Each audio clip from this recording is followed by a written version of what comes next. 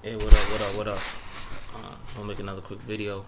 Um, this is my post reaction to the this weekend's card with Miller and I forgot his name. I think Duopop, or I don't know how to pronounce his name, but with that fight and Danny Jacobs and Zaleski and his fight. Let's first start off with Miller and his fight, his heavyweight fight. I mean, it was a good win for Miller. Solid win, you know.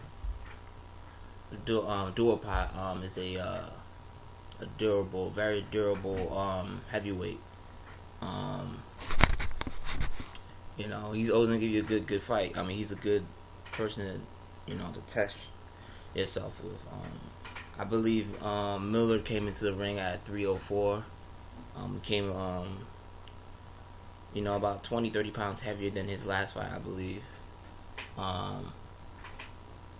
And to be honest, I actually did see the difference in terms of his movement.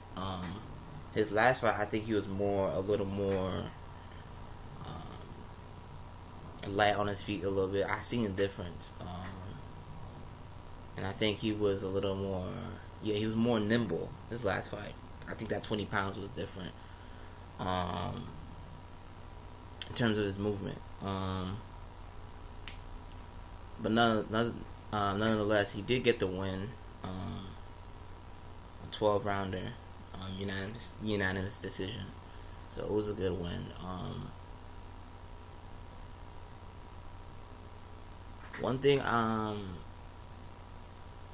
I do realize is that for someone, I'm just gonna be honest, for someone that big, Miller doesn't really have that much, I guess you say, power. I would think that someone that that size would have a little more power, a little bit more, pop to his punches. But it is what it is. I mean, he's a good boxer though. I say this. For a heavyweight, he has good head movement. He fights like a little guy. So, in terms of his movement and the way he fights, and for a big guy, I think, he does have good. I think he has good cardio for his size too. For someone that big. Although I do think his last fight he had more cardio. His last fight being much smaller and lighter and nimble on his feet. But as for a big guy, he has pretty good cardio. I mean, for me, the way I see it, he has better cardio than Anthony Joshua. You know what I'm saying? So for a big guy, for a big guy his size, he has a good mover. He has good conditioning. But in terms of the shot that he was landing on Duopot, you would think they do more, but you gotta put it into perspective that is Duopot.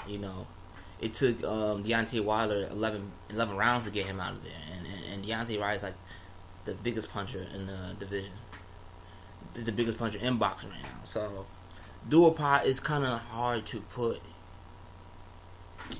It's kind of hard to, how you say it, judge Miller off of this performance in terms of getting people out of there. Just because of Duopot his chin, you got to get a cement block and throw at his head, man. But because Duopot has like to me, that's one of the best chins out there, man. He has a solid chin, solid chin. And I don't even think Deontay Wilder, when he fought him, he didn't even get him out of there. He TKO'd him. They had to stop the fight, so he never even got him out of there like that. So Duopat's like a durable guy. He has a great chin, so it's hard to judge him off that. But at the same time, I know Miller doesn't have the pop like the rest of the big heavyweights. He doesn't have the pop like AJ or Deontay Wilder. He's probably somewhere in the mix, but not with those two top guys. Or probably even with what's his name again?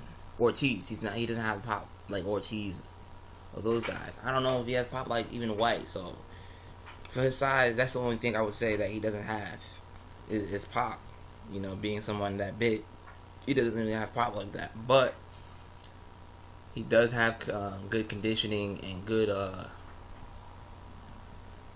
you know, good movement. You know, and he does have a good uppercut. He's landing a lot of those uppercuts in that fight. So, you know, it was a good fight.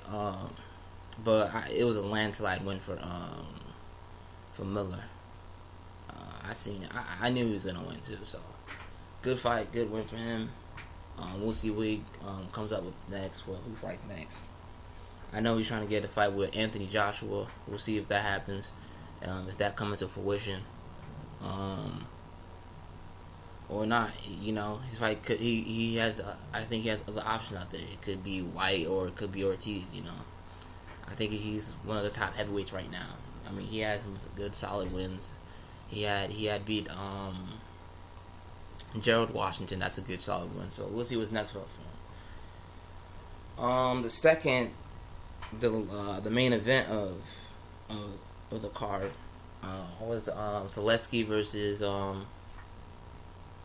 I should say Danny Jacobs versus Zaleski.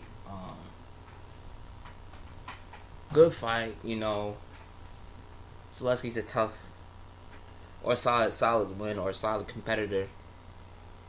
I didn't give Zaleski that much rounds. He probably won like 2 or 3 rounds. I mean, I wasn't really counting because it was pretty much a landslide. Pretty much, I just seen Jimmy Jacobs winning the whole fight. But in terms of the fight, Zaleski's pretty tough, pretty durable, pretty good boxer. You know. He did his best. I mean, he did his best, you know. But in terms of Danny Jacobs' performance, that's more important in terms of how he performed, because that was supposed to be, you know, everyone expected him to win. I thought Danny Jacobs did pretty good that fight. He showed a lot of. He fought better this fight than his last fight. His last outing, you know, he was more active this fight too. But he showed a lot of different degrees himself in terms of his fight skills, his fight game. He's showing that he can move. His defense showing that he could, you know, that there's levels to his boxing game. You know, I seen that. One thing I do know is about Dan Jacobs is anybody who's gonna fight him. We'll see that he's a little awkward in terms of the way he throws his hooks. His overhand is kind of awkward. So I think that's what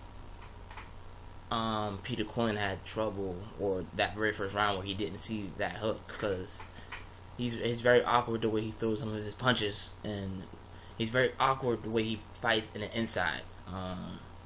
I do see that. You don't really see his punches. They're kind of wide, but kind of awkward the way he throws it. You know, it's kind of weird. I don't know how to explain it. He had some good body shots on Zaleski.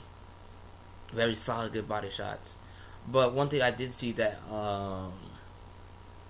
fight, he took his time. You know, it seems like in that fight he wasn't in a rush to get a knockout. At times it did seem like he wanted to get a knockout, but at times it seems like he really wasn't in a rush to get a knockout. Could he have got him out of there? I think so. If he had pressed it. I wouldn't say he was cautious, but he was very patient that fight. So I don't know, man. I think he could have got him out there, but he really didn't really press the issue like that. I think if he really did, he would have got him out there. Certain fighters would have gotten Zaleski out of there, like Gennady Golovkin, Jarrell Charlo. They would have been got Zaleski out there. Certain fighters just don't waste time with certain caliber of fighters. You know what I'm saying? I don't think Jarrell Charlo would have had that much patience to fight Zaleski. I think Jarrell Charlo would have got him out of there within like the first 3-4 rounds. I think same thing with Gennady Golovkin. They would have got him out of there between the first 3-4 rounds. I don't know if Jacobs is trying to show more of his boxing skills. I don't know what it is, but I feel if he pressed the issue, he would have got him out of there. during the 11th round, he did get a knockdown on him.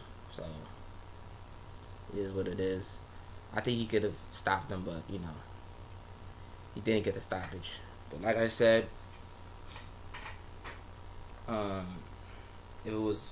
had been some of the other, you know, top middleweights, I think they would have got him out there. But, you know, it is what it is. Great fight for